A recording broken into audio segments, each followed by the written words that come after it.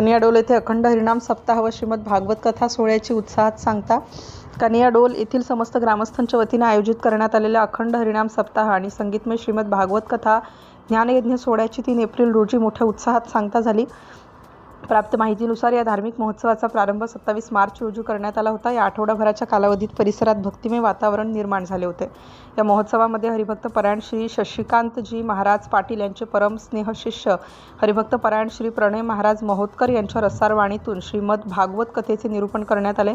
महाराजांच्या ओघवत्या शैलीतील प्रवचनाने उपस्थित भाविक मंत्रमुग्ध झाले होते। दररोज पहाटे काकड आरती, विष्णू सहस्त्रनाम पठण आणि सायंकाळी हरिपाठाचे आयोजन करण्यात आले होते। कनियाडोल आणि परिसरातील भाविकांनी या ज्ञानयज्ञ सोहळ्याचा मोठ्या संख्येने लाभ घेतला। या धार्मिक सोहळ्याची सांगता काल्याचे कीर्तन आणि महाप्रसादाने करण्यात आली। ग्रामस्थांच्या एकजुटीमुळे हा सोहळा अत्यंत शिस्तबद्ध पद्धतीने पार पडला असून संपूर्ण परिसरात आनंदाचे आणि चैतन्याचे वातावरण दिसून आले। सिटी इंडिया न्यूजसाठी विशेष प्रतिनिधी चंदू मडावी।